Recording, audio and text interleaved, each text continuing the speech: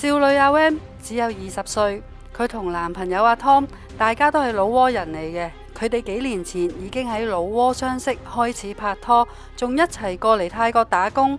而阿 Ram 嘅屋企人呢，亦都係好錫阿 Ram 嘅，特別係哥哥。喺哥哥嘅眼中，阿 Ram 有禮貌，唔會得罪人，樣樣嘢以家庭行先。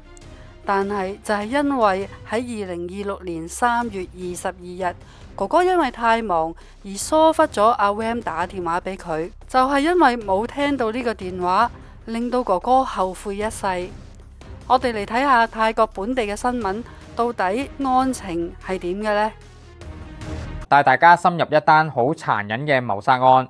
呢單案由尋日開始震驚全城，到今日大家都仲好關注同埋討論，因為兇手嘅手法真係好殘忍，即係唔理佢哋點樣嘈交都好，但竟然落手去將女朋友分屍，之後呢，仲要分開裝入7至8個膠袋。睇翻當時發現膠袋嘅情景，喺戀武里府北格縣呢度散發出一股強烈嘅惡臭，沿住水渠同水務處嗰邊，啲人猜測懷疑呢個可能係人類遺骸。救援人員呢同埋警察趕到現場進行調查，發現遺骸屬於一名女性，因為揾到個頭，發現個頭用一條淡綠色、有藍色同粉紅色圖案嘅毛巾包住，所以就聯絡咗法醫學院嘅值班醫生喺現場一齊檢查。之後咧就開始揾其他身體部位，估計可能都係附近嘅雜草叢入邊。結果又揾到大約5個黑色膠袋，其實加埋大約有7至8個膠袋，都係喺嗰一帶揾到。兇手即係阿 Tom 已經正式俾警方捉咗翻嚟啦。佢本來走咗去廊開，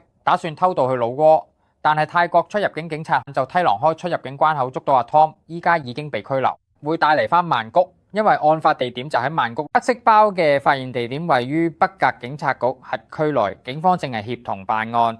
曼谷大都會警察局局長將親自訊問嫌疑人。之後警方就帶阿 Ram 嘅哥哥去案發現場，想佢幫手確認下係咪嘅細妹。警方打開個袋確認身份嗰陣，阿 Ram 嘅哥哥都真係嚇親，喊咗出嚟。哥哥咧就話一直都好擔心啦。跟住哥哥又講啦，細妹係一個好心腸嘅人，從來都唔會發脾氣，有禮貌，係一個好溫柔嘅人，平時好錫屋企人咧，真係非常之愛成個家庭咧。佢自己都唔擔心自己條命，咩都唔驚，所有嘢都係為咗家庭，想為屋企人做到最好咯。但係真係冇諗過自己細妹會咁。之後呢，咁哥哥呢，多謝警方幫手揾翻細妹嘅屍體，終於呢可以帶細妹翻屋企。因為而家爸爸媽媽都好似失晒魂，都好傷心啦。三兄妹入邊呢，有2個男仔，一個女仔呢，就係細妹 Lam 啦。即係要講翻呢 Lam 係最細個嘅。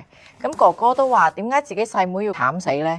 我弟妹自己揾工，有時仲能夠支付房租並且寄錢翻屋企。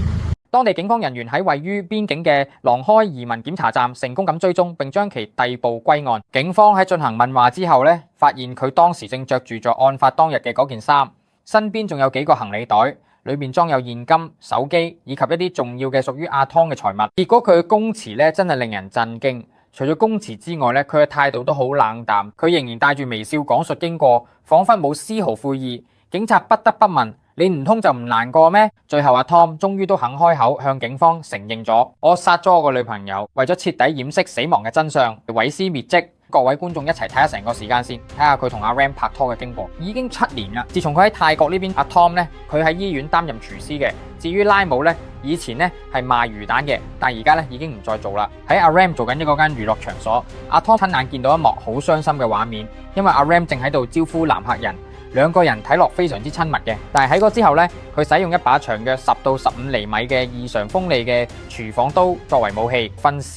第2日佢仲好似冇事發生過咁，照常翻工。講翻阿 Tom 嘅姐姐啦，完全冇聯絡過，仲未傾過偈，真係要好抱歉。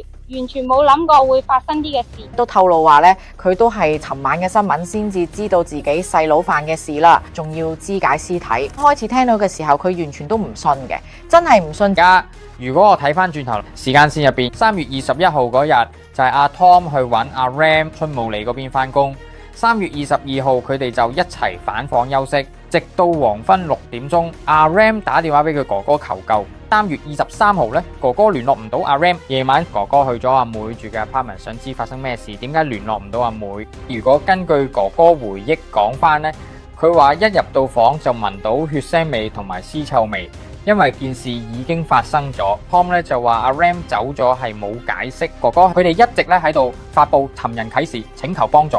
如果有人睇到佢，請務必聯繫我哋。佢於21號失蹤，哥哥向登桑警署報案。嗰時逃走嘅 Tom 最後亦都被捉到啦。警方捉到咗之後呢，仲搜查咗佢部手機，發現咗一啲影片，入邊竟然有 Ram 妹坐喺度喊得好犀利嘅片段。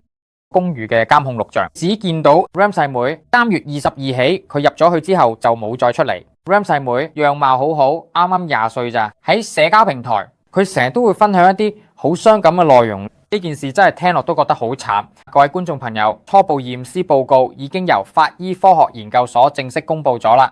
佢哋話目前揾到嘅差唔多已經揾翻咗80%左右。而家佢哋驗證嘅部分仲剩翻肋骨同埋一啲內臟。根據初步調查資料，發現係用同一把刀將屍體所有部分切開或者斬開。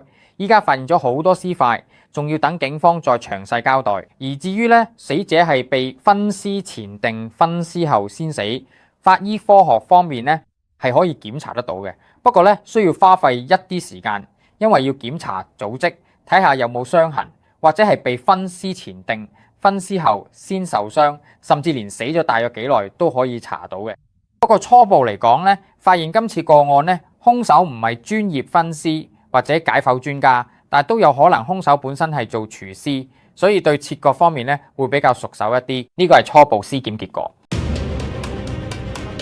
愛情、欺騙、謀殺。話說有個叫阿 Tom 嘅男人殺咗自己女朋友阿 Ram 不20歲，仲分屍將身體唔同部分分成8袋，拎咗去水渠吊。結果想走佬嘅時候，俾入境警察捉住，帶咗去烏龍塔尼機場，搭飛機帶翻嚟曼谷。因為呢件事咧涉及2個地區，呢個就係帶嚟翻嚟嘅時候當時嘅情況。去到警署差唔多夜晚11點，成個警署都擠滿晒一早已經等緊嘅記者，因為呢單案真係震驚社會，大家都好關注。記者由尋日開始就一路守候，疑犯嘅表情啊，聽講都好冷靜啊。記者呢唔停追問問題，但係佢都只係話啦，講嘅都冇人信啦。之後咧就俾人帶嚟入去審問室。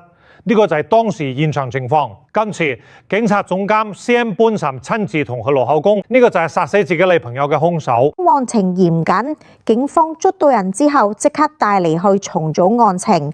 第一站係 Cheng Wat Phra 14巷嘅公寓，亦都係同居嘅地方。佢哋成日有爭執，不過記者留意到，當警方帶疑犯去做模擬案發現場嘅時候，疑犯戴住頭盔、着住防彈衣，仲有巡邏隊同特別行動組保護住。因為驚會發生私刑，佢哋一齊住嘅地方係4樓嘅房間。阿 Tom 先生話：佢同死者阿 Ram 嘈交之後，佢勒死咗佢，等佢斷氣之後就帶入廁所分屍裝袋。喺室內重組完案情之後，警方帶埋阿 Tom 落樓，準備去下一個案發地點。全程警方都防範得好嚴，因為單案好轟動，令人好心痛。好多市民喺門口圍觀，仲不斷大聲罵阿 Tom。各位觀眾，第2個地點就係棄屍現場。阿 Tom 將分屍後嘅6個黑膠袋掟喺 Peck 區運河邊，喺供稱由 Cheng Wat Phra 14巷出發去運河，指證咗3個棄屍點，一共拋棄咗6個袋。每個地點咧分開掉2袋，分別咧喺運河入邊、行人路同埋草叢各放低咗2袋。袋入邊咧有死者頭髮同埋清潔劑，呢啲同公寓現場揾到嘅一樣咧。留意到阿 Tom 咧全程咧係神情好冷靜咧，甚至有啲唔耐煩咧，因為咧佢見到個死者嘅親友咧喺現場等嘅，現場有親戚一邊嗌一邊痛罵佢。各位觀眾，呢個咧就係現場重組嘅情況啦。因為今日咧佢哋好早就開始做重組啦，朝早6點就已經開始。連住喺附近嘅電單車司機都好激動，佢話平時有幫阿 Ram 送水，所以專登佢睇下可唔可以幫手。警方為咗避免混亂，用咗1個鐘就完成重組。咁跟住之後咧，警方咧就將疑犯咧再帶翻去通宋紅警署一次。被關進拘留室之後咧，阿 Tom 竟然可以叉埋手喺入邊嘅角。警方話咧，佢完全嘅焦慮感，佢落一啲都唔緊張，冇咩擔心。初步傾談時，阿 Tom 同警方講，佢係因為妒忌，所以一時衝動。去到朝早差唔多10點都有，阿 Tom 嘅姐夫作為家人代表嚟嘅，買咗2盒豬肉炒羅勒加荷包蛋飯，同水俾阿 Tom 交警察代為轉交。姐夫話阿 Tom 嘅親家姐因為老闆唔批佢放假，所以由佢代勞，順便送飯送水。家人話一切交俾警方處理，唔會再插手，但已經同阿 Tom 咧傾過偈，但係就唔方便透露詳情。呢個都係一個焦點話題。喺屋企人話咧，希望可以有私人空間，大致上咧就係咁啦。多謝支持收睇。